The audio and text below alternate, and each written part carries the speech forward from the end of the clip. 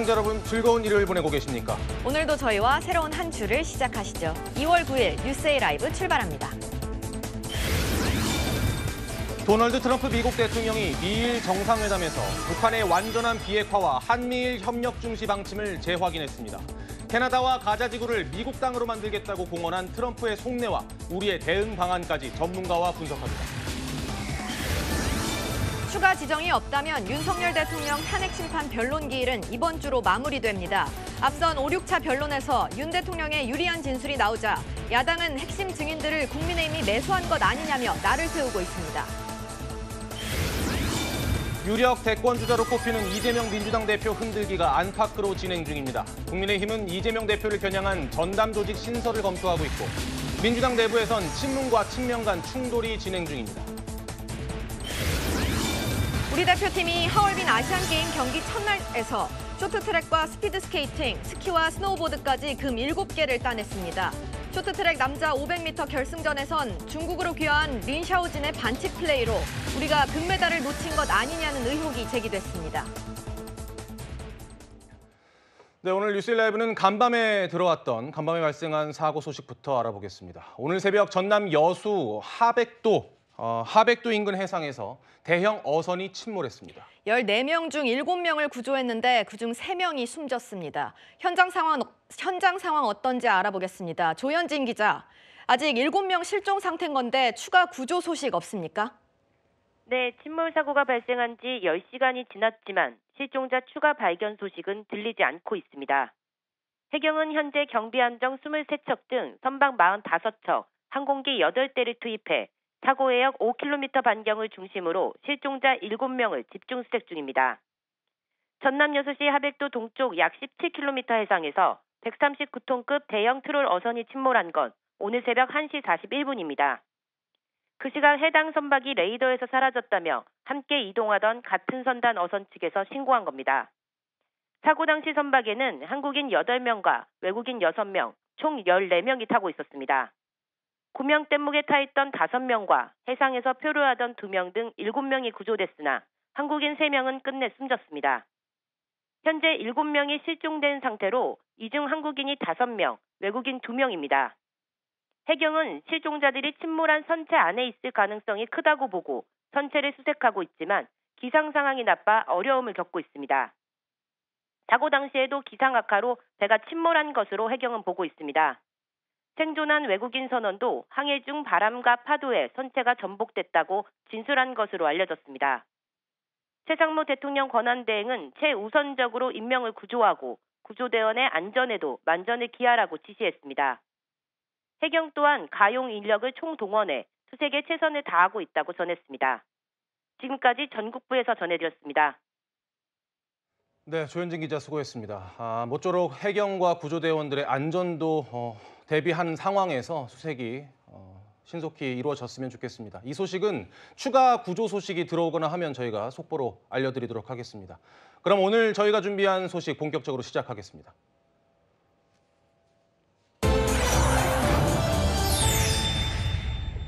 트럼프, 일 총리의 뭘 할지 아는 자라고 이야기를 했다라는 이야기로 오늘 뉴스의 라이브 문을 열겠습니다. 두 분과 함께하겠습니다. 구자홍 동아일보 신동아팀 부장, 김열수 한국군사문제연구원 안보전략실장과 함께하겠습니다. 어서 오세요. 네, 안녕하세요. 도널드 트럼프 미국 대통령이 이시바 시게루 일본 총리와 첫 정상회담을 가졌습니다. 트럼프 대통령이 직접 백악관 현관까지 나가서 이시바 총리를 맞이했다고 하는데요. 그 모습 준비했습니다. President, what's your message to Japan? We're going to get rid of the trade. We have a trade deficit with Japan of over $100 billion, but we're going to work that out. 트럼프 대통령이 이렇게 마중까지 나오고 이시바 총리와의 공개적인 모습에서도 굉장히 화기애애한 모습을 우리가 볼 수 있었는데 구자홍 부장님, 네. 외신에서는 이시바 총리가 아부의 예술을 보여줬다 이런 평가도 나오더라고요. 그렇습니다. 저는 트럼프 대통령도 미국 국익을 극대화하기 위해서 백악관 집무실이 아닌 백악관 현관까지 나가서 이시바 총리를 환대를 했고 반대로 이시바 총리의 경우에도 일본의 국익을 지켜내기 위해서 트럼프 대통령의 이 기분을 좋게 하기 위해서 이 최고의 극찬을 했다.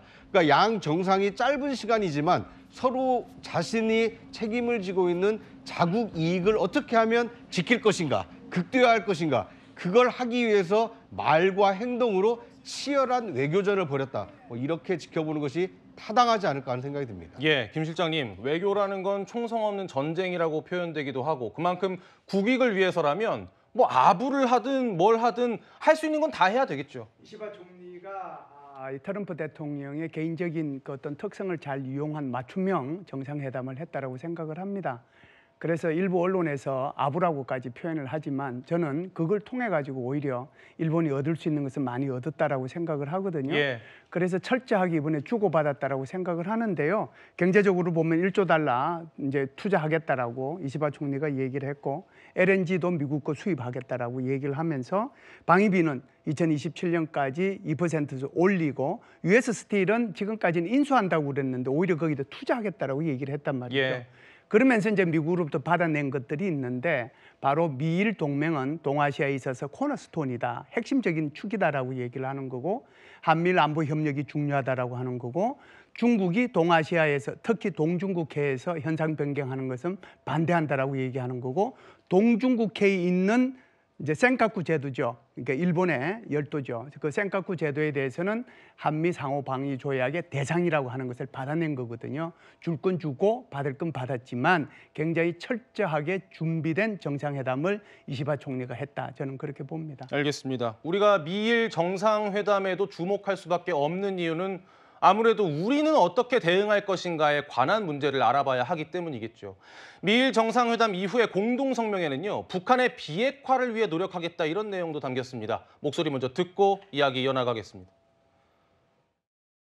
I also say peace through strength and all over the Indo-Pacific. And to that end, we also remain committed to the effort I began in my first term to ensure safety and stability on the Korean Peninsula. We will have relations with North Korea and with Kim Jong-un. I got along with him very well, as you know. I think I stopped the war. 트럼프 대통령은 북한의 완전한 비핵화 목표를 명문화한 셈이죠. 그리고 김정은과 대화하겠다. 우리는 잘 통했다고 생각한다. 내가 전쟁을 막아왔다고 생각한다라고 이야기를 했습니다. 그런데 북한은 냉랭합니다. 우리의 핵은 광고물, 흥정물이 아니라 실전용이다 이렇게 이야기를 했습니다. 김 실장님. 네. 북한이 미국과의 대화 테이블에 앉기 싫어하는 모양새인데요. 앉기 싫어한다기보다는 이제 몸값을 올린다 이렇게 이제 생각을 하시면 좋을 것 같고요. 예. 지금 비핵화 문제와 관련해서는 조금 말씀을 드릴 필요가 있는데 트럼프 대통령은 북한을 지칭할 때 뉴클리어 파워라고 그랬잖아요. 예. 헤그세서 국방부 장관도 청문회 인준 과정에서 북한을 뉴클리어 파워라고 얘기했단 말이죠. 그리고 이제 트럼프 1기 때 미국 정상회담을 담당했던 많은 사람들, 그러니까 알렉스 웡이라든지 이런 사람들을 다 다시 불러들이고 그리고 이제 그레넬 주 독일 대사까지 특사까지 임명을 다 해놨잖아요. 예. 그러니까 이런 것들을 보면은 이제 북한에 대해서 이제 완전한 비핵화보다는 오히려 핵군축과 관련된 것으로 갈 수 있지 않느냐라고 하는 그런 희망을 이제 어떻게 보면 북한한테 줬다라고 보거든요. 예. 그런데 얼마 전에 이제 미국의 백악관 대변인이 뭐라고 그러냐면은 한반도 완전한 비핵화라는 표현을 했고 이번에 미일 정상회담에서도 지금 트럼프 대통령이 얘기한 것처럼 한반도의 완전한 비핵화라고 얘기했단 말이죠. 예. 두 개의 시그널이 지금 같이 나오는 겁니다. 그런데 북한은 어디다 더 중점을 두고 있느냐 하면은 핵 군축에 이제 기대를 갖고 있었는데 오히려 한반도의 완전한 비핵화라는 말이 계속 나오고 있으니까 여기에 대해서 굉장히 지금 마음이 불편한 거죠. 그렇기 때문에 설령 미국이 자신들한테 대화를 제기하더라도 죄송합니다. 한반도 비핵화 회담에는 안 나가겠다. 예. 만일 핵군축 회담이나 이런 것들이 제한이 있으면은 그때는 한번 고려해 보겠다. 지금 몸값을 올리는 과정에 있다 이렇게 보죠. 몸값 올리기다. 그래서 그런지요. 김정은 위원장이 북한 인민군 창건일인 어제 미국을 비난하면서 핵무력 고도화 방침을 재강조했습니다. 미국이 세계의 평화와 안정의 파괴자다 이렇게 비난을 했고요. 핵무력을 더욱 고도화해 나갈 확고부동한 방침을 재천명했습니다. 이것도 역시 몸값 올리기의 일환이겠죠. 그렇죠. 그 연장선상에서 이제 이런 발언들을 이제 한 거죠. 계속해서 이제 강성 발언을 이제 하기 시작을 하는 거거든요. 그렇게 되면 이제 미국의 입장에서도 이제 고민이 있겠죠. 그 고민에 양쪽의 고민의 과정 속에서 일정 부분 타협이 있지 않겠는가 이렇게 봅니다. 예. 네, 트럼프 대통령은 영토 확장에 대한 야욕도 놓지 않고 있습니다. 파나마 운하나 그린랜드를 가지겠다고 하더니 이제는 이스라엘 네타냐후 총리와 공동 기자회견을 하다가 가자 지구까지 미국이 갖겠다고 선언했습니다. I think the potential in the Gaza Strip is unbelievable. And I think the entire world, representatives from all over the world will be there, and they'll live there. Palestinians also. Palestinians will live there. Many people will live there. The Riviera of the Middle East, this could be something that could be so bad. This could be so magnificent. Now can live in peace in a much better situation because they're living in hell. And those people will now be able to live in peace. 네, 가자지구 주민들을 주변 중동 지역으로 이주시키고 중동의 리비에라 휴양 도시로 만들겠다는 굉장히 구체적인 구상까지 밝혔는데 이거 현실 가능성이 있는 건가요? 현실 가능성이 뭐 전혀 없다고는 볼 수 없지만 현실 가능성이 많이 떨어지긴 하죠. 사실상 이렇게 이제 발표를 한 것은 뭐 어떻게 보면은 뭐 타초 경사 이제 그 손자병법에 나오는 거잖아요. 풀을 흔들어서 이렇게 뱀이 도망가도록 하는 것이 타초 경사라고 하는 거거든요. 그런 차원에서 이렇게 얘기하지 않았느냐라고 보는데요.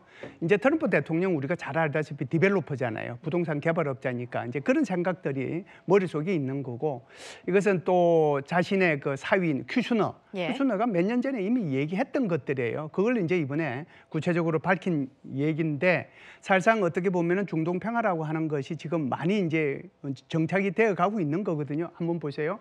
이스라엘하고 하마스 간에 어떻게 하면은 이제 그 지금 정전이 돼가지고 1단계, 2단계 지금 진행이 되고 있는 거잖아요.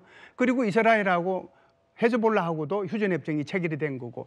그리고 이제 시리아는 어떻게 됐습니까? 53년간 독재 정권을 하던 무너졌잖아요. 아사드 정권이. 그렇게 해서 전체적으로 보면 중동 지역 전체가 좀 안정이 되어 가고 있는데 지금 완전히 여기다가 기름을 이제 뭐 뿌린 거나 마찬가지인 거죠. 이제 난리가 난 거죠. 그런데 이 지금 트럼프 대통령이 생각하고 있는 것은 이곳에다가 그렇게 휴양지 같은 것들을 만들어서 근본적으로 중동 지역 전체를 좀 조정을 하겠다라고 하는 건데 기본적으로는 이스라엘을 방어하겠다. 두 번째는 이란에 대해서 영향력을 행사하겠다. 세 번째는 중동 지역 전체에 걸쳐서 미국의 영향력을 행사하겠다라고 하는 것이 주 핵심인데 건드린 것은 가자 지구죠. 그러면서도 주변 지역에 있는 국가들한테 어떤 경종을 줬다 이렇게 볼 수가 있습니다. 네, 주변을 건드려서 메인을 타겟팅한다라는 말씀이셨는데 트럼프 대통령은 팔레스타인 지역에 미군 배치 가능성까지 시사했습니다. The U.S. will take over the Gaza Strip, and we will do a job with it too. We'll own it and be responsible for dismantling all of the dangerous unexploded bombs and other weapons on the site. Is necessary. If it's necessary, we'll do that. I do see a long-term ownership position, and I see it bringing great stability to that part of the Middle East and maybe the entire Middle East. 그런데 사실 개발 구상을 밝히는 것과 실제 군인을 투입하는 건 다른 문제잖아요. 미군 투입은 가능성 얼마나 될까요? 그래서 이제 그 기자회견 할 때 물어봤죠. 미군 투입할 거냐고 그러니까 그 가능성을 배제하지 않는다라고 얘기를 했어요. 그런데 헤그세스 국방부 장관은 뭐냐 하면은 미군 투입하는 것은 고려하지 않고 있다라고 했거든요. 그러니까 뭐 적극적인 대답이라고 봐야 되겠죠. 만일에 이제 거기에다가 미군을 투입하게 되면 하마스는 이걸 인정할 것이며 그리고 이제 헤즈볼라나 또는 시리아나 그리고 이제 레바논이나 이렇게 안정되어 가고 있는 그 지역들이 가만히 있을 거며 또 이제 거기에 해당되는 이집트나 요르단이나 사우디아라비아나 엄청나게 지금 비판을 쏟아붓고 있거든요. 그런데 미군이 다시 이제 그 지역에 들어와서 이걸 지금 재건하는데 미군이 이제 그쪽에 주둔을 하게 되면 제가 볼 때는 오히려 굉장히 이 중동 지역 전체를 불안정하게 만드는 그런 결과를 초래할 수도 있다. 그러면은 이제 트럼프가 진정으로 하고 싶은 게 뭐냐라고 하는 거잖아요. 그러면은 그 지역 전체를 이제 안정을 시키고 재건을 해야 되거든요. 재건하는데 일부는 지금 좀 전에 말씀드렸다시피 이제 휴양지 같은 걸 건설은 할 수 있겠죠. 돈은 누가 내라? 돈은 그 지역과 관련이 되어 있는 중동 국가들이 많이 내라고 하는 거예요. 그 이집트 너도 돈 내고 뭐 또 사우디아라비아도 돈 내고 카타르도 내고 UAE도 내고 너희들이 돈 내라. 그러면은 나는 안 갈 수도 있다는 얘기거든요.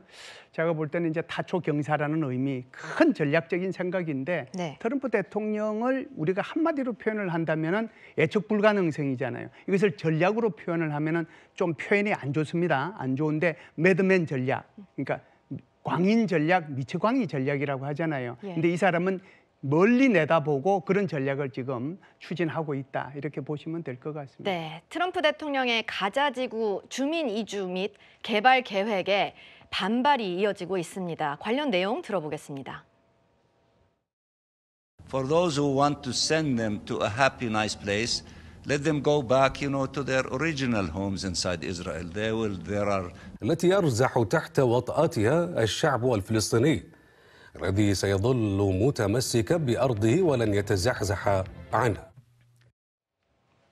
실장님께서 타초 경사라고 말씀을 네네. 해주셨는데 그럼 이런 반발까지 예상을 한 걸까요? 뭐 저는 예상을 했다라고 생각을 해요. 지금 이제 트럼프 대통령이 여기에 대해서만 하는 건 아니고요. 우리가 이제 그린란드, 콜롬비아, 캐나다, 멕시코 뭐 이런 데 이제 쭉 한 걸 보면 예. 일정 부분 지금 성과가 계속 돌아오고 있잖아요. 그걸 보면 매드맨 전략이라고 하는 거지 그냥 이렇게 툭 던진 게 아니고요.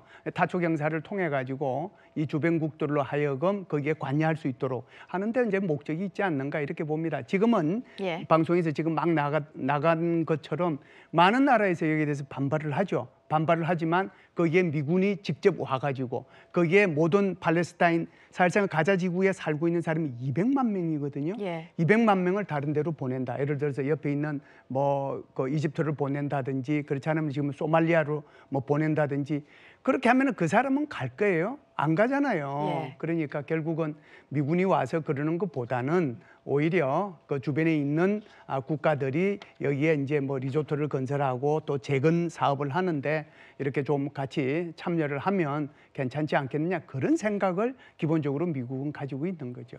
알겠습니다. 지금 뭐 전 세계 지도자들 중에서 트럼프 대통령의 눈치를 보지 않을 수 없는 사람들이 없겠죠. 근데 가장 곤혹스러운 사람 중에 한 사람이 과연 이 사람이 아닐까 싶습니다. 부부장님. 네. 캐나다 총리 있잖아요. 네. 캐나다 총리는 트럼프 때문에 사임 발표까지 했죠. 그렇습니다. 그러니까 워낙 이제 그 트럼프 대통령이 강하게 푸시를 하지 않았습니까? 어떻게 보면 미국과 국경선을 접하고 있는 인접국인데 오히려 인접국으로서의 어떤 주권을 인정하지 않고 차라리 우리나라의 51번째 주가 되라. 그러니까 자국의 어떤 주권을 지키지 못한 이 총리에 대한 이 비판 여론이 거세지다 보니까 결국 총리직에서 이제 사임을 한 것으로 보입니다. 예. 그만큼 트럼프 대통령은 이 상대하기 좀 까다로운 이 지도자다 이렇게 볼 수 있을 것 같습니다. 앞서 그 가자지구 말씀을 해주셨는데 트럼프 대통령은 최악의 상황을 상정해서 협상 카드를 던지는 것 같습니다. 네. 그러니까 일반적으로 협상할 때는 플랜 A, B, C, D 여러 가지가 있는데 플랜 F, 절대 받을 수 없는 카드를 먼저 던져놓고 이것을 받고 싶지 않으면 다른 협상안을 내놔라. 그러면 내가 그 합리적이면 수용해주겠다. 이런 협상 전략을 쓰고 있기 때문에 가자지구도 그렇고 파나마 운하도 그렇고 그린란드도 그렇고 이 캐나다를 51번째 주로 편입하겠다는 얘기도 최종 만약 미국의 이익이 관철되지 않으면 그렇게 하겠다는 의지를 보여줌으로써 캐나다가 앞으로 미국과의 어떤 그 불법 이민자 문제라든지 관세 문제라든지 뭐 다양한 문제에서 이 미국의 이익을 극대화하기 위한 이 전략을 펴고 있다. 이렇게 이해하는 것이 타당하지 않을까 하는 생각이 듭니다. 예, 트럼프가 캐나다에게도 관세 압박을 지속하면서도 캐나다가 51번째 주가 되라 이런 이야기를 병행을 했죠. 그런데 캐나다를 포함해서 이 이야기를 진지하게 듣는 사람이 몇 명이나 됐을까 하는 생각도 해봤습니다. 그런데 캐나다 총리는 이걸 진지하게 들었던 모양입니다. 어쩌면 트럼프의 진심일 수도 있고요. 이게 비공개 회의 내용이 회의장 바깥으로 흘러나온 소리가 있는데요. 잠깐 들어보시죠. Trump has it in mind that one of the easiest ways of doing that is absorbing our country. And it is a real thing. In my conversation with him on 김 실장님, 네. 저 이야기가 만약에 트루도 총리가 공개석상에서 이야기한 거면 저것도 뭔가 의도를 담은 메시지가 아닐까 해석이 가능할 수도 있는데 저건 비공개 회의에서 실수로 소리가 나왔단 말이에요. 그럼 진심이잖아요. 트럼프가 정말로 캐나다를 51번째 주로 만들려는 그런 전략일까요? 그런 이제 전략이라고 진심으로 이제 그러는 것 같다라고 얘기를 하는 거죠. 그런데 사실상 지금 우리 이제 콜롬비아 같은 경우에도 콜롬비아 그 불법 이주자들 거기 보낸다고 그러니까 콜롬비아 대통령이 뭐 안 받겠다고 그랬잖아요. 그러니까 이 트럼프 대통령이 그러면은 내 관세 올릴게. 그러니까 바로 받아줬잖아요. 예를 들면은 이제 거기뿐만이 아니고 멕시코도 그렇고 뭐 그러는데 캐나다 같은 경우에도 이번에 사실상 그 13억 불이나 투자해가지고 펜탈린 이제 가는 거 막겠다라고 얘기하고 기관도 이제 설치하겠다라고 얘기하는 거잖아요. 군대도 거기 보내겠다라고 하는 거고 캐나다하고 이 미국 사이에 그 말의 의미는 정말 이 트럼프 대통령이 정말 이런 생각을 가지고 있을 것 같으니까 우리 여기에 대해서 대비해야 된다. 그걸 이제 강조를 한 거죠. 진짜 그런 생각을 가지고 있는 것 같다. 그러니 여기 우리 철저히 대비하자. 예. 그걸 오히려 더 강조했다 이렇게 봐야죠. 알겠습니다. 오늘 김 실장님 모셨으니까 제가 마지막 질문 하나만 더 네네네. 드리고 싶은데 지금 우리가 여러 나라 사례를 같이 봤지 않습니까? 그렇죠. 이런 사례를 비춰봤을 때 트럼프의 네. 전략이 어떤 것이다 이렇게 가늠을 해본 건데 네. 그럼 우리는 어떤 식으로 대응을 해야 될까요? 제가 볼 때는 이제 미일 정상회담에서 우리는 많은 답을 찾을 수 있을 것 같습니다. 그래서 미일 정상회담을 보면 그 일본의 이시바 총리가 맞춤형 전략을 준비해가지고 미국한테 줄 건 줄고 자기가 받을 건 충분히 받아냈거든요. 예. 그런 차원에서 우리가 준비를 하면 되지 않겠는가. 미일 정상회담이 우리한테 답을 줬다 이렇게 봅니다. 알겠습니다. 여기서 김 실장님과는 인사 나누겠습니다. 고맙습니다. 감사합니다. 다음 소식 넘어가겠습니다. 어제 유독 추운 날씨였죠. 그런데 전국 곳곳에선 탄핵 찬반 집회가 열렸습니다. 특히 한국사 강사인 전한길 씨가 참석한 대구 집회에 많은 인파가 몰렸습니다. 홍진호 기자가 취재했습니다. 동대구역 광장이 인파로 가득 찼습니다. 광장을 넘은 인파는 주변 도로까지 점령했습니다. 그야말로 발 디딜 틈 없이 인산인해를 방불케 합니다. 보수 성향 기독교 단체가 개최한 국가 비상 기도회입니다. 광장을 가득 메운 참석자들은 태극기와 송조기를 흔들며 윤 대통령 탄핵을 반대하고 복권을 요구했습니다. 한국사 강사 전한길 씨가 연단에 들어서자 분위기는 절정에 달했습니다. 전 씨는 대통령을 탄핵하고 행정부와 국가 시스템을 마비시키려는 민주당이 내란의 주체라고 맹비난했습니다. 법치와 공정, 상식을 무너뜨린 공수처와 서부지법, 편파재판부로 구성된 헌법재판소의 실체를 알려준 비상계엄은 계몽령이라는 주장도 이어갔습니다. 모든 국민들까지도 비상계엄을 계몽령이라고 부르게 된 것입니다. 헌법재판소의 대통령 탄핵 심판 역시 100% 기각될 수밖에 없을 것입니다. 대부분 국민들이 계몽령이라고 생각하니 대통령 지지율이 50%를 넘었다며 우리의 집회가 전 국민에게 알려지면 곧 60%를 넘게 될 것이라고도 했습니다. 집회에는 대구 경북 국민의힘 국회의원들도 참석했습니다. 이철우 경북지사는 무대에서 애국가를 부르기도 했습니다. 집회엔 주최 추산 100만 명, 경찰 추산 5만 2천 명 인파가 몰렸습니다. 너무 많이 모여서 저도 사람이 너무 많이 모여서 가슴이 너무 뭉클합니다. 경찰은 동대구역과 동성로 일대에 경령 600여 명을 배치해 교통관리에 나섰습니다. 이 단체는 다음 주말 광주 금남로에서 윤 대통령 탄핵 반대 집회를 엽니다. 전 씨 역시 참석해 연설할 예정입니다. 채널A 뉴스 홍진우입니다.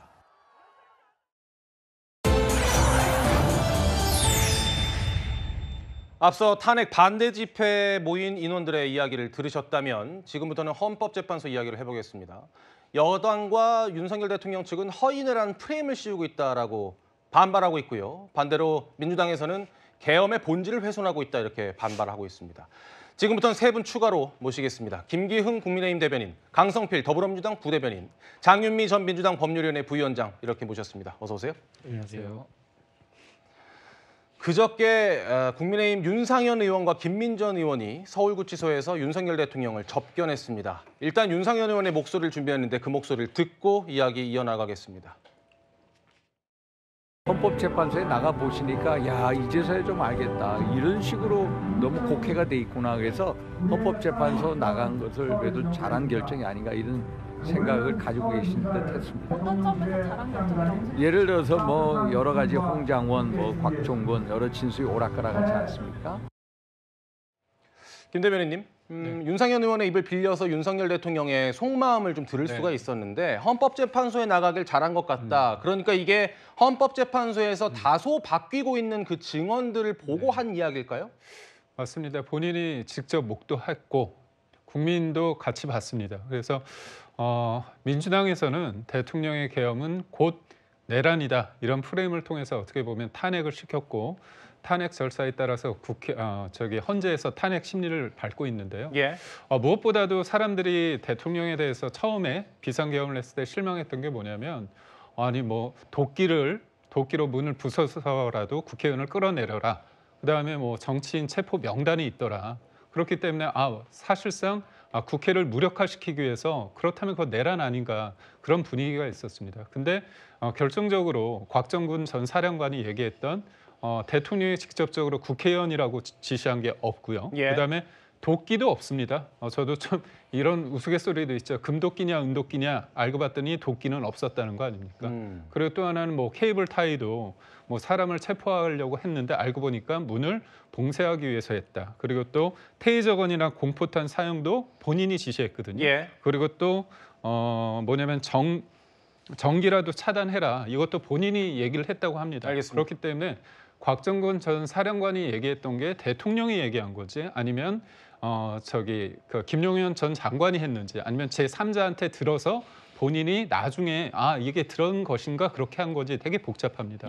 그리고 무엇보다도 홍장원 1차장의 메모가 본인이 소위 말해서 갈겨 썼다고 하는데 그거는 또 버렸어요. 그리고 제3자한테 그거를 시켜가지고 복원시켰는데 그게 과연 물증으로서 가치가 있는지에 대한 의문이 들 수밖에 없습니다. 알겠습니다. 오늘 저희가 다룰 내용들을 쫙 다 이야기를 해주셔서 거의 예고편처럼 이야기를 해주셨습니다. 하나하나 차근차근 좀 짚어볼 텐데 방금 말씀 주신 것처럼 그러한 재반 사정 때문인지 윤석열 대통령은 상당히 자신감이 좀 고취된 듯한 그런 모습도 보였습니다. 그 모습을 준비했습니다.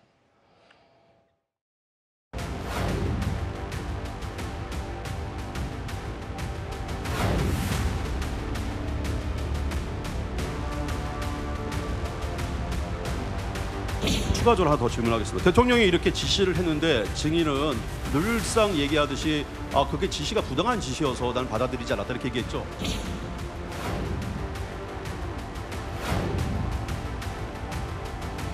통상의 군인이라면 대통령님 상황이 이러이러하니까 대통령의 지시 이행은 할 수가 없습니다라고 패신하는 게 일반적인 군인의 태도이고 입장 아닙니까? 사실상 헌법재판 심리 절차를 진두지휘하고 있는 듯한 그런 윤석열 대통령의 모습을 보고 오셨습니다. 그런데 헌법재판소 심리 절차에 대해서 국민의힘은 연일 의구심을 제기하고 있습니다. 국민의힘 당대표를 역임했던 김기현 의원은 오늘 페이스북에 이런 글을 썼습니다. 헌법재판소의 공정성을 도무지 기대할 수가 없다. 그 근거로 3가지를 지적했는데요. 첫 번째, 수사 기록을 불법 취득했고 그 불법 증거를 토대로 진행하고 있다. 두 번째, 그런데 증언이 오염될 수 있었던 오염된 상황에서 주신문과 반대신문의 시간을 제한했다. 그리고 세 번째, 반대신문 사항을 하루 전에 제출하도록 강요했다 등을 근거로 의구심을 제기하고 있는데 이 부분은 윤석열 대통령 측이 밝혔던 입장과 비슷합니다. 윤석열 대통령 측도 허위 증언을 할 수 있도록 준비시키는 짬짬이다라는 날선 비판을 했고요. 윤석열 대통령의 대리인단도 헌법재판소가 절차 진행에만 급급하다 이렇게 이야기를 했습니다. 이러자 헌법재판소는 이렇게 반박했습니다. 반대신문 사항을 미리 제출하는 것은 강제성이 없는 그런 안내 사항이다. 그리고 국회 측에도 똑같이 권고하고 있다라고 반박을 한 겁니다. 강 부대변인께서는 이 지금 일어나고 있는 절차를 놓고 벌어지는 논쟁에 대해서 어떻게 평가하세요? 물론 이제 윤석열 대통령 측에서는 이것저것 할 수 있는 건 다 해보는 것이 저는 맞다고 봅니다. 그게 저는 방어권에서 보장되어 있다면 그런 제기 충분히 할 수 있다고 보고요. 하지만 지금 제기하고 있는 그런 문제점이 제가 법률가는 아니지만 그냥 일반인의 상식선에서 이런 생각을 해봐요. 제가 만약에 생각했을 때 이 헌법재판소에서 지금 윤석열 대통령 측과 국민의힘 측에서 제기하고 있는 문제는 만약에 사실이라고 증명이 된다면 이거 아주 기초적인 문제예요. 근데 헌법재판소가 대통령의 탄핵 심판하는 과정에서 이런 기본적인 실수를 하지 않을 거고 이런 거에 대해서는 다 나름대로 논리와 주장과 근거가 있을 거라고 저는 생각하는 것이거든요. 그렇기 때문에 윤석열 대통령 측에서는 저렇게 주장할 수 있지만 결국에는 받아들여지지 않을 것이고 사실 수사 기록을 불법 취득한 거 저는 박근혜 전 대통령 때 다 있었습니다. 그리고 신문 시간을 제한한 거 그러면은 이 탄핵 심판의 시간이 정해져 있는데 세월아 내월아 계속 할 수는 없는 거 아니겠습니까? 그리고 마지막으로 반드시만 하루 전 제출 강요는요. 이것은 만약에 윤석열 대통령 측에다가만 강요를 했다고 하면 그건 잘못된 것이죠. 하지만 양측에게 같이 균등하게 했기 때문에 저는 문제가 없다 이렇게 보여집니다. 네, 여야 정치권은 서로를 향해서 마치 총구를 겨누고 있는 것 같은 상황입니다. 허위 내란 프레임이다 이렇게 얘기를 하는데 주요 증인들의 증언이 흔들리는 것 때문인 것 같아요, 김 대변인님. 맞습니다. 아무래도 헌재 재판을 통해서 진실, 그날의 밤 상황과 새벽 상황을 저희가 점검할 수밖에 없는데요. 앞서 말씀드린 것처럼 강성필 부대변인께서는 이게 문제가 없다고 얘기했지만 처음부터 기일 지정을 8일 했습니다. 근데 그게 일방적입니다. 헌재법에 관련해서는 이거는 형사소송법에 준용하기 때문에 피고인과 그다음에 변호인과 상의를 해야 되거든요. 근데 8일 자체를 이미 픽스를 해놨고요. 그다음에 이게 중요한 내용인데 90분에 제한돼 있습니다. 그러면 질문에 질문으로서 해야 되는 부분이 이어지지 못한다는 측면이 있을 때 그렇기 때문에 저희는 이게 대통령의 계엄 자체가 법적으로 문제가 있다고 한다면 법을 통해서 그 문제점을 들여서 책임을 지우는 거 아닙니까? 근데 이른바 답이 정해져 있는 것 같아요. 그리고 뭐 표현이 그럴 수 있지만 화장실 되게 급할 때 가는 것처럼 그냥 일방적으로 가는 것 같다. 그런 생각을 할 수밖에 없기 때문에 저희는 민주당의 내란 프레임에 대해서 이거를 아니라는 거를 하기 위해서는 이거를 싸워야 되는 거 아닙니까? 논리적으로. 그러려면 충분한 시간이 필요한 겁니다. 근데 제가 앞서 말씀드린 것처럼 기일도 딱 정해놓고 그다음에 90분도 그렇고 무엇보다도 대통령이 신문할 수 있는 그런 기회를 한 번뿐이 안 줬습니다. 근데 이재명 대표 같은 경우는 유동근 전 본부장과 수차례 어떤 대질 심리를 했습니다. 직접 심리를 했습니다. 그런 차원에서 형평성 문제를 제기 안 할 수 없습니다. 유동규 전 본부장 말씀하신 거죠? 짧게 말씀드리면 이재명 대표의 지금 재판과 비교를 하셨는데 그렇게 따진다고 하면 윤석열 대통령 탄핵 심판에서 변론의 일괄 지정한 것이 문제라고 하면 이재명 대표 지금 재판과 관련해 가지고 결심을 날짜를 박아놨잖아요. 그럼 그것도 잘못됐다고 지적을 하셔야죠. 제가 그거 말씀드리겠습니다. 1심에서 이재명 대표 같은 경우는 1심이 2년 2개월 걸렸고요. 그다음에 이재명 대표는 3심입니다. 그렇지만 대통령, 국민들이 뽑은 대통령을 탄핵해서 하는 건 단심입니다. 그렇기 때문에 이재명의 시간, 그 수많은 시간과 대통령의 그 8번의 기일과 비교하는 거는 제가 볼 때는 어불성설입니다. 네, 여야 논쟁이 저희 스튜디오까지 넘어온 것 같습니다. 민주당도 논평을 내놓고 헌재는 윤 대통령이 망상을 쏟아내는 노래방이 아니다라면서 강력하게 비판을 했습니다. 불법 계엄에 대한 본질을 말장난과 거짓 선동으로 흔들려는 비겁한 시도를 멈추십시오. 정치인 체포 지시 준수리 홍장원 전 국정원 차장, 곽종근 전 특수전 사령관에 이어 또 나왔습니다. 방첩사 내부 관계자는 실제 수사팀이 정치인 체포를 위해 현장으로 출동했고 호송후 구금하라는 임무를 부여받았다고 자필 진술했습니다. 체포 대상도 홍장원 전 차장이 전달받은 명단과 대부분 일치한다고 합니다. 탄핵 심판은 윤석열 씨의 망상을 쏟아내는 노래방이 아니라는 것을 분명히 경고합니다. 네, 구부장님 보면은 민주당은 홍장원 그 명단 거기에 집중을 하는 것 같아요. 네. 근데 저는 여야의 경우에는 헌법재판소 심판과 관련해서는 신중할 필요가 있다고 보여집니다. 왜냐하면 이것을 지금 정쟁으로 끌고 가서는 안 되거든요. 저는 헌법재판소가 형평성과 공정성 그리고 신중한 이 민주적 절차를 거쳐서 결론을 내려야만이 이 국민이 지켜보는 국민이 헌재가 충분히 진실을 알아보기 위해서 노력을 했구나.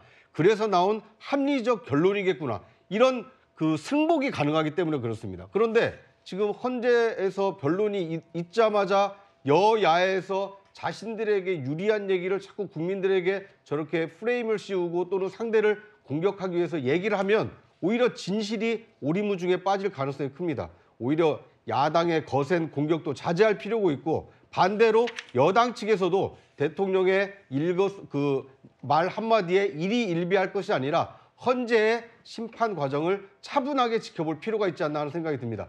가장 중요한 것은 헌법재판소가 민주적으로 형평성에 맞게 공정하게 그리고 무엇보다 신중하게 이 헌재 심판을 이끌어 가야 된다는 것입니다. 네, 논란이 됐던 것은 윤석열 대통령이 인원이라는 표현을 썼느냐라는 부분이었는데요. 윤 대통령은 법정에서 자신은 인원이라는 표현밖에 써본 적이 없다라고 증언했습니다. 하지만 변론기일 진행 과정에서는 다른 단어를 사용한 것도 드러났습니다. 저는 그냥 사람이라는 이런 표현을 놔두고 또 의원이면 의원이지 인원이라는 말을 저는 써본 적이 없습니다. 대통령에게 인원을 들었다고 하는 것은 그 말 전체에 대한 신빙성이 붕괴되는 거라고 저는 그렇게 생각을 합니다. 당시에 이제 국회 본관을 거점으로 확보해서 이제 불필요한 인원을 통제한다는 목적으로 국회가 개회 중이고 또 의원회 간에도 많은 사람이 있고 소통 간에도 또 인원들이 있기 때문에 또 의원이면 의원이지 인원이라는 말을 저는 써본 적이 없습니다. 20명이 안 되는 인원이 들어갔고 밖에도 혼자 발표는 아니라 그 안에도 그 7층 건물 안에 지난해 4월 1일 있었던 전공의 파업 관련 연설문에도 3차례나 인원이라는 표현을 사용했습니다. 입만 열면 거짓말입니다. 인원이라는 표현을 써본 적이 없다 했지만 바로 뒤에 인원이라는 표현을 써서 민주당이 다시 반발하는 그런 모습까지 보고 왔습니다. 그런데 저희가 이렇게 다소 속이 답답한 소식을 논의하고 있는 와중에 굉장히 숨통 트이는 기쁜 소식이 들어와서 이 속보는 제가 짚어드리고 가고 싶어서 다시 한번 말씀을 드리겠습니다. 우리 쇼트트랙 대표팀 최민정 선수가 중국 하얼빈 아시안게임에서 1000m 금메달을 목에 걸었습니다. 정말 대단합니다. 이로써 최민정 선수는 3관왕이고요. 우리 대표팀은 8번째 금메달을 목에 걸게 됐습니다. 이 아시안게임 소식은 저희가 잠시 후에 다시 전해드리기로 하겠습니다. 일단 너무 기분이 좋은 소식이 들어와서 여러분께 알려드렸습니다. 다시 돌아가서요. 윤석열 대통령만 그러면 말이 바뀌었느냐? 사실은 저희가 지난주에 뉴스에일 라이브를 전해드릴 때 이번 한 주가 윤석열 대통령에게 굉장히 불리한 한 주가 될 수 있겠다 이런 전망을 했었는데 그 전망과는 달리 조금 유리하게 돌아간 것 아니냐 이런 분석이 나오는 이유는 윤석열 대통령에게 불리할 것으로 평가됐던 그 증인들의 증언이 바뀌었기 때문입니다. 그중에 한 사람이 바로 김현태 707 특임단장이었습니다. 인원을 포박할 수도 있으니 케이블 타이 이런 것들을 원래 휴대하는 거지만 잘 챙기라고 다시 한번 강조했었습니다. 봉쇄를 해야 되는데 문을 잠가야 되는데 케이블 타이 넉넉하게 챙겨라. 문을 봉쇄할 목적으로. 봉쇄하기 위해서 그러니까 사람은 전혀 아닌 목적이죠. 이렇게 180도 바뀌듯이 말이 바뀌자 민주당에서는 혹시 국민의힘에서 회유한 거 아니냐 이런 의심을 하기도 했습니다. 케이블 타이를 가지고 정문을 봉쇄하거나 이런 것들은 불가능하거든요. 국회의 문을 봉쇄할 정도의 케이블 타이는 존재하지 않습니다. 왜 신경의 변화를 느꼈는지 김현태 단장이 회유를 당한 게 아닌지 뭐 이런 생각도 좀 들어요. 그래서 참 이게 이해가 안 되는 부분입니다. 자, 그럼 여기서 검찰의 공소장의 내용과 헌법재판소의 증언이 어떻게 달라졌는지 좀 짚어보겠습니다. 총 5개인데요. 먼저 도끼입니다. 검찰 공소장에는 곽종근 전 특전사령관이 도끼로 문을 부수고서라도 들어가서 다 끄집어내라라는 대통령의 이야기를 들었다라고 진술한 걸로 나와 있는데 헌법재판소에서는 도끼가 기억이 없다. 이렇게 말이 바뀌었고요. 다음 의원 부분입니다. 국회의원들을 밖으로 끊어내라 이렇게 대통령의 지시가 있었다라고 진술한 걸로 공소장에 적혀 있는데 곽종근 전 사령관과 김현태 특임단장 의원이란 말 못 들었다. 곽 전 사령관은 특히 인원이라고 했다 이렇게 말이 바뀐 것이죠. 다음 150명 부분입니다. 국회의원 150명이 안 되도록 막아라라고 했다는 대통령의 이야기가 공소장에 담겨 있지만 헌법재판소에서는 이 150명이라는 말은 듣지 못했다라고 곽종근 전 사령관이 말이 바뀌었습니다. 또 내가 2번, 3번 계엄할 수 있다 이렇게 이야기했다는 부분도 이진우 전 수방사령관에 따르면 제3자가 한 얘기라서 기억에 없는 게 많다라고 했고요. 체포, 이번 기회에 싹 다 잡아들여. 이게 홍장원 전 국정원 1차장이 이야기한 건데 홍 차장은 여인영 전 방첩사령관으로부터 들었다 했는데 여 사령관은 또 체포라는 단어를 쓴 기억이 없다 이렇게 얘기했습니다. 장 변호사께서 보실 때 민주당에서 이야기하는 것처럼 국민의힘에서 회유를 한 거라고 장 변호사께서도 생각하십니까? 아니 본인들의 어떤 형사재판의 이슈도 있기 때문에 거기에 유리한 증언을 한 것이고요. 케이블 타이 같은 부분은 그냥 상식적으로 생각을 하면 되는 겁니다. 케이블 타이로 문을 봉쇄하진 않고 더 큰 틀에서 보면 국회의 케이블 타이를 문을 봉쇄하기 위해서 가져간 것 자체는 위헌 위법한 걸로 판단할 거예요. 헌법재판관들이. 그리고 증언 내용도 저희가 하나하나 뜯어보지 않습니다. 전체적인 맥락을 보는 건데 이번 주에 증인신문 과정이 저는 윤석열 대통령한테 절대로 유리하지 않게 작용한다고 생각을 합니다.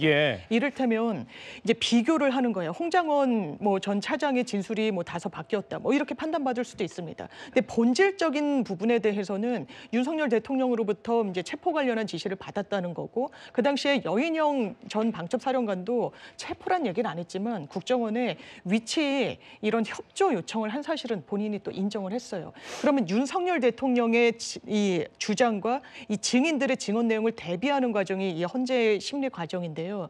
윤석열 대통령이 이를테면 이렇게 이야기합니다. 홍장원 차장에게 왜 그 계엄 때문에 정신없을 때 전화를 했냐. 전화한 사실은 부인하고 있지 않거든요. 그러면 격려차 전화를 했다고 이야기를 합니다. 해외 순방 때 지원을 해준 적이 있어서 그 부분과 관련해서 격려차 전화를 했다. 그 당시는요. 계엄이 선포된 지 30분 직후였습니다. 국무회의 심의를 하니만이 대단히 긴박한 상황이었어요. 믿기 어렵죠. 그 뒤에는 또 뭐라고 얘기합니까? 아예 잡아들이란 말이 없었다고는 못하는 것 같습니다. 그러니까 잡아들이라고 내가 얘기한 건 국회의원이 아니라 간첩이라고 얘기를 합니다. 국정원에는요, 이 대공 수사권이 경찰로 이첩이 돼서 간첩을 잡을 수도 없고 지금 계엄 때문에 전 국가가 난리가 나고 대통령도 계엄 해제를 막는 것이 가장 큰 이런 현안이었을 텐데 그 와중에 간첩을 잡으라는 전화를 했다? 이건 객관적으로 상당히 신빙성이 떨어지거든요. 이런 부분이 노출됐던 지난 한 주였던 것 같습니다. 알겠습니다. 일단 돌아오는 주에 그럼 일정이 어떻게 되는지 저희가 그림 준비했는데 좀 보여주시죠. 이제 7차 변론, 8차 변론 2번 남았습니다. 물론 그 후에도 변론기일이 더 잡힐 수도 있습니다만은 아직 예정된 것은 없고 2번 남은 걸로 지금 예정이 돼 있는데 구장부장께서 보실 때 지금 7차, 8차에 나올 그 증인들이 이제는 저 증인들도 윤석열 대통령에게 유리한 증인인지 불리한 증인인지 예측하기가 좀 어려워진 상황인 것 같아요. 그렇습니다. 저는 오히려 비상계엄 이후에 대통령 탄핵까지만 하더라도 계엄이 내란 혐의가 있는 거 아니냐. 여기에 대한 심증이 상당히 강했습니다. 그렇기 때문에 이 여당 국회의원 중에 일부도 비상계엄이 조금 잘못된 거 아니냐라고 해서 대통령 탄핵에 찬성을 했기 때문에 탄핵안이 가결이 됐습니다. 그런데 그 이후에 헌법재판소에 이 탄핵 심판이 진행되는 과정에 검찰의 공소장에 나와 있는 워딩입니다. 그러니까 누군가가 그 얘기를 검찰 수사 과정에 했기 때문에 공소장에 담겨 있는 내용입니다. 그런데 그 공소장 내용이 지금 헌재 증인신문 과정에 사실이 아닌 것으로 일부 드러나고 있기 때문에 계엄을 곧 내란 혐의로 보는 것은 무리가 있지 않느냐. 이런 지금 많은 국민들이 의구심을 가지고 있습니다. 헌법재판소 입장에서도 지금 검찰처럼 내란 혐의를 수사하는 것이 아니지 않습니까? 과연 비상계엄이 헌법과 법률을 위반한 국헌문란 행위였는지 아니었는지 이런 실체적 진실을 밝힌 다음에 그 탄핵 심판에 대한 결정을 내려야 되기 때문에 지금 잡혀있는 7차, 8차 그것만으로 충분하다라고 볼 수도 있겠습니다만 지켜보고 있는 다수 국민이 아니다. 지금 처음 그 계엄과 탄핵 때와 상황이 많이 달라졌기 때문에 실체적 진실을 좀 더 알아보자. 신중할 필요가 있다. 이런 여론이 많아진다라면 헌법재판소도 추가로 변론 기일을 지정하지 않을까 이렇게 예상이 되고요. 알겠습니다. 이번 7차와 8차에 나오는 분들의 경우에는 대통령과 가까운 분들이 상당히 많기 때문에 오히려 증언이 대통령에게 불리하기보다는 오히려 유리한 정황도 나올 수 있지 않나 이렇게 예상이 되는 상황입니다. 알겠습니다. 이제는 뭐 예측 불허한 그런 상황이 이어지고 있기 때문에 다음 주 이 시간에 과연 7차, 8차 변론이 어떻게 진행됐는지는 그때 분석을 해보도록 하겠습니다. 저희는 다음 소식 넘어가겠습니다.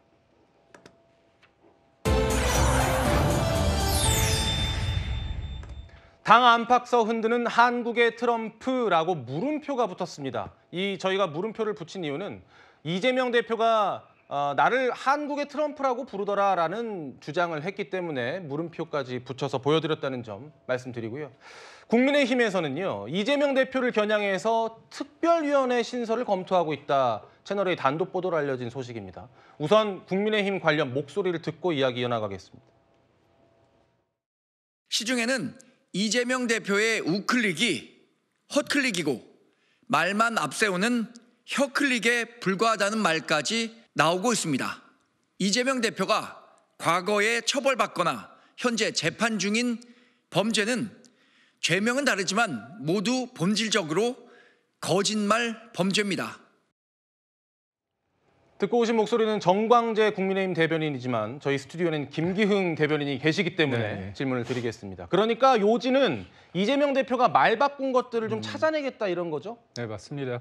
뭐 특위를 검토하고 있다고 하는데 제가 볼 땐 특위가 필요 없습니다. 왜냐하면 국민들이 다 아시죠. 그렇기 때문에 뭐 대표적인 게 뭐 박근혜 전 대통령 뭐 존경하는 줄 알았더니 진짜 존경하는 줄 알더라. 이게 아주 뇌리 속에 딱 저희가 박혀 있지 않습니까? 이재명 대표가 반도체 특별법 관련해서 52시간제 예외로 둔다고 해서 토론회까지 했습니다. 근데 토론회 할 때는 뭐라고 얘기했냐면 몰아서 일하는 것을 법으로 금지하지 말라는 요구 되게 합당하다, 합리적이다 얘기를 했는데 이틀 뒤에는 또 재계 사람들 만나서 반도체 육성의 주 52시간 예외가 꼭 필요하냐 이렇게 해서 뭔가 굳이 이렇게 할 마음이 없다는 얘기도 있었고요. 또 어떻게 보면 당내에서는 이거에 대해서 약간 그 52시간이 좀 후퇴하는 듯한 지금 모습을 보이고 있습니다. 심지어 지금 한미동맹 얘기하고 있고요. 그다음 한미일 공조 얘기하고 있고 또 방산산업 관련해가지고 굉장히 잘하겠다 그런 얘기를 하고 있습니다. 근데 민주당이 뭐라고 얘기했냐면 방산 수출할 때 국회의 동의를 받게끔 한다고 했습니다. 결국 말하는 것과 행동하는 것에 대해서 맞지가 않아요. 근데 심지어 윤석열 대통령을 탄핵시켰는데도 불구하고 다시 대한민국이란 캐치프레이즈 그리고 여러 가지 국정과제는 또 복붙하듯 따라가고 있습니다. 그렇다면 우리는 되게 혼란스럽다는 거죠. 이재명 대표가 바뀐다고 하는데 진짜 바뀌는 건지 그 바뀌는 이유가 대통령이 되고자 하는 것인지 아니면 국민을 위한 것인지 국민들이 이제 다 알게 됐습니다. 그래서 이재명 대표가 아무리 큰 지우개로서 자기가 지난 여름에 지난날에 그 수많은 것들을 지우고자 한다고 한들 국민들은 알 수밖에 없다. 그래서 정치인의 말의 무게는 단순히 혀에서 나오는 게 아니라 이제까지의 삶의 이력에서 나올 수밖에 없다. 그리고 국민들은 이 모든 것들을 다 안다고 저는 생각합니다. 강구 대변인 말씀을 안 들을 수가 없네요. 이재명 대표 거짓말 많이 하셨다고 하는데 최근에 대한민국에서 거짓말이라는 주제로 가장 떠들썩한 게 누굽니까? 윤석열 대통령 아닙니까? 인원 얘기해볼까요? 아니 본인은 인원이란 말을 써본 적이 없다잖아요. 그런데 어땠어요? 1분 15초 뒤에 바로 인원이라는 말을 쓰고 김용현 전 장관 증인 신문할 때 본인이 굳이 나서서 하더니 그때도 인원이란 말을 쓰고 대한민국 언론 얼마나 빠릅니까? 알고 보니까 윤석열 대통령은 인원이란 말을 안 쓰는 게 아니라 즐겨 쓰는 것 같더라고요. 제가 이 말만 드리겠습니다. 그리고 이재명 대표가 뭐 말을 바꾼다, 믿을 수가 없다 하는데 그럼 도대체 어느 장단에 맞추라는 거예요? 아니, 금투세 같은 거 폐지하라고 해서 고민 끝에 폐지했더니 그때도 뭐 존중한다는 말 한마디 없고요. 나중에 민생지원금 같은 경우도 철회한다고 하니까 그 속셈이 뭐냐고 물어보고요. 그러니까 결론적으로 지난 2년 반 동안 어쨌든 이재명 대표는 어떤 비난에 맞서서라도 자기가 보는 양보를 했던 모습을 보였고 또 여당과 야당이 어떤 대화의 물꼬를 트기 위해서 자기 것을 내려놓았는데 그럼 지난 2년 반 동안 국민의힘은 도대체 뭐를 양보했습니까? 양보한 거 있으면 하나라도 얘기를 해보세요. 한 게 없잖아요. 그렇기 때문에 저는 이렇게 계속해서 과도하게 이재명 대표를 공격하는 거 잘못됐다 이런 말씀 드리겠습니다. 네, 지금부터는 이재명 대표 행보 이야기 해보겠습니다. 이 대표는 지난해 연말부터 미국과 관련해서 꽤 신경을 쓰는 모습입니다. 이재명 대표 목소리 들어보겠습니다. 한국과 미국과의 관계는 정말 특별한 관계가 분명합니다. 한국 전쟁에서의 미국의 역할도 그러하고 미국을 비롯한 자유진영의 큰 도움으로 대한민국 경제가 성장했고 오늘의 대한민국이 있는 것입니다. 한국인들이 가장 사랑하는 나라가 미국 아니겠습니까? 네, 지난해에는 월스트리트와의 인터뷰에서 저희가 제목으로 뽑은 나를 한국의 트럼프라고 부른다라고 언급을 했는데요. 극단주의 정파주의자가 아니라 현실주의자이다 실용주의자라고 얘기를 했는데 이 대표는 사실 친중 이미지가 강했는데 노선을 바꾼 걸까요? 노선을 바꿨다기보단 이재명 대표를 관통하는 키워드는 실리, 실용이었던 부분이 있는 것 같아요. 그리고 지금 대한민국 어제도 일본 총리는 미국 트럼프 2기 체제에 굉장히 대비를 하고 있죠. 우리는 통화조차 하고 있지 못합니다. 이런 상황 속에서 친중, 친미, 이념적으로 저는 뭐 경제뿐만 아니라 외교도 마찬가지라 생각합니다. 대한민국의 국익을 위해서 제일 온당한 방향, 중국과도 정확한 거리를 두더라도 이 경제적으로 많이 얽혀 있으니까 친중 행보가 필요하면 해야 되고 친미 행보 당연히 해야 되는 거죠. 방위비 분담과 관련해서 또 전략적인 행보가 필요하면 해야 되는 것이고요. 이게 수권 정당을 자임하는 정당의 대표라면 또 대선 주자라면 당연히 가야 되는 행보가 아닌가. 저는 이런 부분이 오히려 국민의힘과 대비되는 지점이 아닌가 생각이 듭니다. 네, 그런가 하면 민주당 박선원 의원이 트럼프 대통령을 노벨 평화상 후보자로 추천했습니다. 메모를 보면서 이 대표와 함께 대화를 나누는 모습이 목격이 됐는데 메모를 살펴보면은 트럼프 대통령을 추천을 하겠다라고 얘기를 했고 미국 측에 통보를 했다라고까지 메모가 적혀 있습니다. 이 메모에는 저희가 어떻게 해석을 해야 될까요? 제가 볼 때는 이재명 대표가 되게 급하잖아요. 급하기 때문에 트럼프에 대한 마음을 얻고자 하는 마음이 큰 것 같습니다. 근데 이재명 대표가 간과하는 게 있어요. 트럼프의 마음속에는 뭐냐면 중국을 견제하고 중국을 봉쇄하는 그런 마음이 있습니다. 그렇기 때문에 무엇보다도 한국과 일본에 대한 그런 게 되게 중요해요. 그런데 이재명 대표의 민주당은 어떻게 했습니까? 일본에 대해서 문재인 정권 내내 죽창가 얘기하고 토착 외구 얘기하지 않았습니까? 그래서 제가 앞서 말씀드렸지만 어떤 본인이 A를 얘기하다 B를 얘기할 수 있습니다. 그렇지만 그 맥락이 해석이 돼야 되고 납득이 돼야 되는 겁니다. 예. 그렇기 때문에 이 모든 것들을 한 번에 해결하기 위해서는 무리수를 줄 수밖에 없고 그 무리수라는 게 어떻게 보면 트럼프가 원하는 노벨상이라기 때문에 거기에 어떻게 보면 기우는 형국인데 트럼프가 과연 좋아할지는 잘 모르겠습니다. 네, 사실 아까 그 메모 위쪽을 저희가 그림을 다시 한번 보여주시겠어요? 네, 위에를 보면은 영어로 이렇게도 써 있습니다. 그 위에 메모를 보면은 트럼프 대통령을 위해서 이제 중국과 타이완 문제는 어떻게 할 것인가에 대해서도 얘기를 해놨는데 구 부장님, 네. 이 양안 문제 관련해서도 언급이 돼 있네요. 네. 그러니까 저는 민주당이 아직 수권 정당일 뿐이지 수권 예비 정당이지 아직 집권한 정당은 아닙니다. 그리고 트럼프 대통령이 아무리 이재명 대표가 제1야당 대표를 하더라도 야당 대표를 카운터파트로 아직 인정하지 않습니다.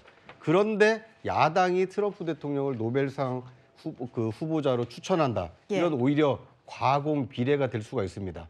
오히려 한국 정부가 또는 한국 국민이 트럼프 대통령의 노력으로 북핵 문제나 이 비핵화 문제가 성과가 있었다. 그래서 트럼프가 한반도 평화에 기여했기 때문에 노벨상을 추천하자. 이런 국민 여론이 뒷받침돼 있다라면 얼마든지 추천할 수 있습니다. 네. 그런데 박선원 의원 개인의 문제인지 모르겠습니다만 이재명 대표와 논의해서 야당 의원 몇몇이 논의해서 트럼프 대통령을 추천하는 것을 얼마나 많은 국민들이 동의하겠습니까?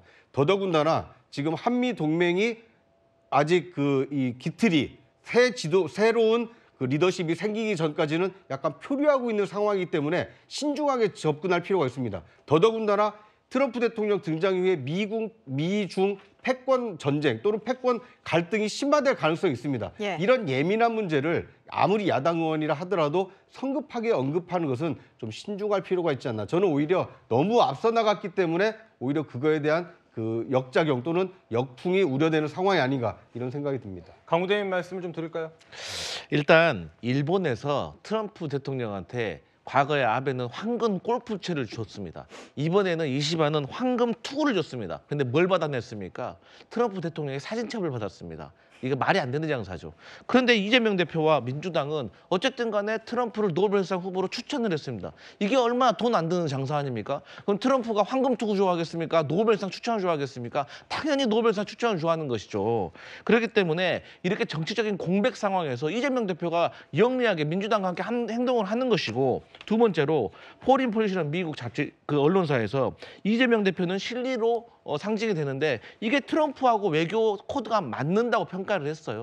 그렇기 때문에 이 지점에 있어서 어쨌든 야당 대표가 정치 공백 상태에서 우리 중요한 동맹국인 미국과 관계를 개선하기 위해서 노력하는 것을 좀 나쁘게만 보지 않았으면 좋겠다, 이런 말씀 드리겠습니다. 알겠습니다. 지금까지 이재명 대표를 당 밖에서 흔드는 그런 모양새를 살펴봤다면 이 대표 민주당 안에서 흔드는 그런 모양새도 한번 살펴보겠습니다. 사실 이 대표가 설 직후에 문재인 전 대통령을 만났죠. 그림 잠깐 보여주시죠. 저렇게 두 사람이 지지자들 앞에서 사이좋게 손을 흔들고, 저도 저 현장에 있었습니다마는 손을 맞잡고 이렇게 만세를 들어 보이는 그런 화기애애한 모습을 보여줬습니다. 그런데 그래서 이재명 대표가 문재인 전 대통령과의 만남을 통합의 메시지를 보여주려는 것 아니냐, 이런 의도가 분석되기도 했는데, 최근에 낸 메시지를 보면 다소 목소리가 달라진 것 같습니다. 들어보시죠. 지난 촛불혁명 때 우리 국민들이 정말 그 한겨울에 아이들 손잡고 힘겹게 싸워서 박근혜 정권을 끌어내렸는데 결과가 뭐냐? 뭐 좋아진 게 없다. 당신들 자리만 차지했지 뭐. 이 세상은 바뀌지 않았고 내 삶도 바뀌지 않았다. 라고 생각한다고 하더라고요. 이재명 대표가 문재인 전 대통령 그리고 문재인 정부에서 추진했던 그 정책과 약간 거리 두는 모습, 주 52시간도 사실은 문재인 정부에서 시행이 됐던 것이고요. 가상화폐 과세 유예라든지 금투세 폐지라든지 뭐 코인 거래세 인하라든지 등등 언론이나 여권에서 우클릭 행보라고 비판하는 것들이 사실 뜯어보면 문재인 정부와 거리를 두려는 것 아니냐, 이런 분석이 나왔습니다. 강 부대변인께서는 이 부분은 어떻게 평가하십니까?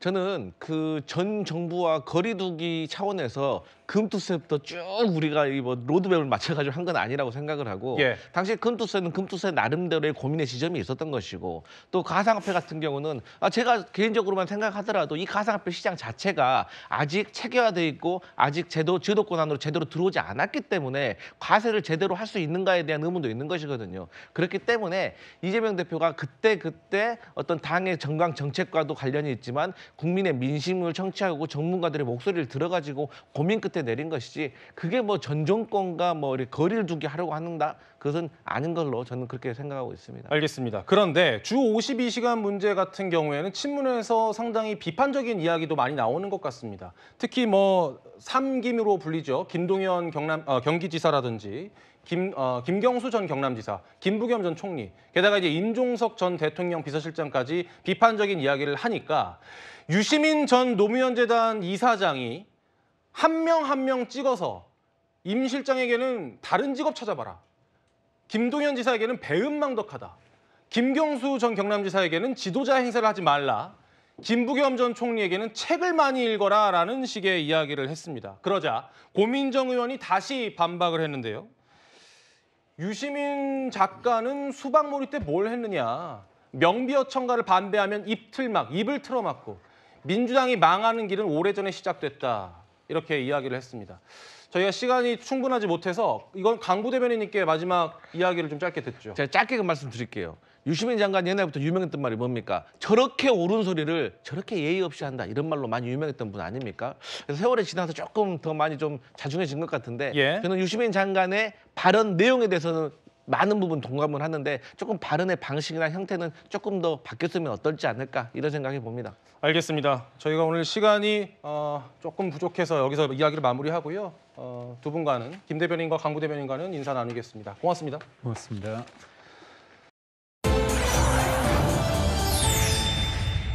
네, 저희가 준비한 마지막 주제는 하얼빈에 퍼진 애국가 첫날 금만 7개라고 준비해봤습니다. 최민정 선수가 오늘 오후에 금메달을 하나 추가하면서 저희가 총 8개인데 저희가 금메달 소식이 하나 더 들어왔습니다. 쇼트트랙의 장성우 선수가 1000m에서 금메달을 추가해서 우리나라는 금메달 총 9개를 획득했습니다. 최민정 은메달은 남자 1000m 은메달은 박지원 선수 우리나라 선수가 또 획득을 했다는 속보가 들어왔습니다. 추가 속보 들어오는 대로 저희가 전해드리도록 하겠습니다. 자, 중국의 쇼트트랙 500 저희가 린자오진 선수를 네. 우리가 많이 들어봤는데 맞습니다. 이 선수 어떤 선수죠? 굉장히 린샤오진 이러면 당연히 중국 국적의 선수겠죠. 예. 그런데 사실 귀한 한국 선수입니다. 우리한테 더 익숙한 이름은 임효준 선수인데요.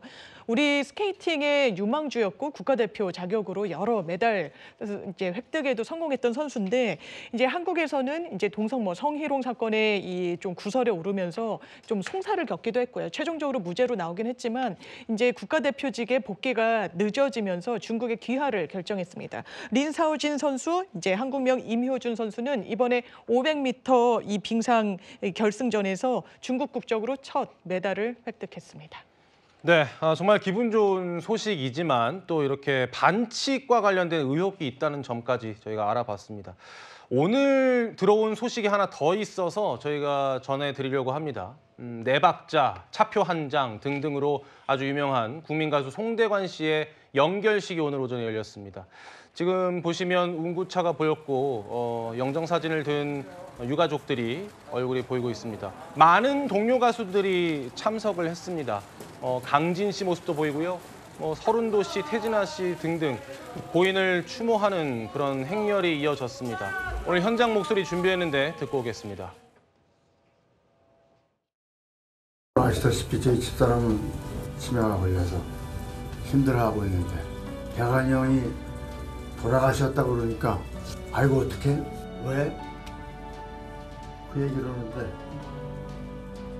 제가 끌어안고 울었어요. 아, 우리 얼마나 이 형이 우리하고 가까웠으면 기억을 못하는 우리 옥경이가 대관이 형을 기억해 주는구나. 형님, 무슨 말을 해야 될지 그냥 형님한테 드리는 얘기입니다. 좋은 곳에서 편안하게 잘 계시고 좋은 자리 형님 하나 또 제가 갈 수 있는 자리도 하나 만들어 놓으세요. 그럼 언젠간 저도 형님 곁으로 갈 거니까. 대관이 형! 잘 가! 영원한 나의 거리야. 저는 우리 송대관 선배님 기억나는 게 굉장히 욕심이 많으셨던 분이에요. 자기 분야에서 최고가 될 수밖에 없었던 그런 그 노력형 가수다. 그래서 저도 마음속으로 꼭 저도 우리 선배님처럼 저렇게 노력을 해야 되겠다는 생각을 했고 얼마 전에 우리 현철 선배님을 떠나보내고 또 이렇게 비보를 듣고 참 너무 충격을 받았어요. 요즘 우리 후배들이 많이 사랑을 받고 있지만 이제 선배들이 몇 안 계십니다. 너무 마음이 아프고 형이 빈자리를 사랑으로 채워주시기 바랍니다. 편안하게 너무 감사드립니다. 쨍하고 해뜰 날 돌아온단다. 쨍하고 해뜰 날 돌아온단다. 꿈을 안고 왔단다. 내가 왔단다. 슬픔도 괴로움도 모두 비켜라. 쨍하고 해뜰 날 돌아온단다. 아마 저 포함해서 많은 분들이 정말 세대를 불문하고 좋아했던 가수가 아니었나 싶습니다. 쨍하고 해뜰 날, 네 박자, 차표 한 장, 당장 떠올릴 수 있는 노래만 이렇게 여러 가지가 되는데 구장부장께서도 참 좋아하셨죠? 네. 이 트로트 원조 가수의 이 사망 소식을 접하면서 이제 세대 교체가 됐고 시대가 많이 변했다라는 생각도 듭니다만 저 가사가 우리에게 주는 울림이 좀 있지 않습니까? 70년대 저 해뜰 날이라는 노래가 나왔을 때 한국의 여러 상황이 좀 어려웠습니다. 그런데 저 노래를 듣고 위로를 받았던 국민들이 상당히 많았다고 합니다. 지금도 마찬가지로 한국 연말 연시 굉장히 어수선한 상황 아닙니까? 예. 대한민국이 하루빨리 쨍하고 해뜰 날이 오기를 바라는 국민들이 많은데 그 노래를 불렀던 가수가 저렇게 이 세상을 떠났다고 생각하니까 상당히 좀 마음이 아프고 아쉬운 마음이 큽니다. 예, 말씀 주신 것처럼 우리나라에도 쨍하고 해뜰 날 오기를 기다리면서 삼가 고인의 명복을 빌겠습니다. 저희는 60초 후에 돌아오겠습니다. 장하연 앵커, 일주일 내내 너무 추웠죠? 네, 정말 추웠습니다. 그런데 오늘도 전국적으로 강추위가 계속된다고 하니까요. 외출하실 때 옷 단단히 입으셔야겠습니다. 일요일은 뉴스에이 라이브. 여러분 고맙습니다.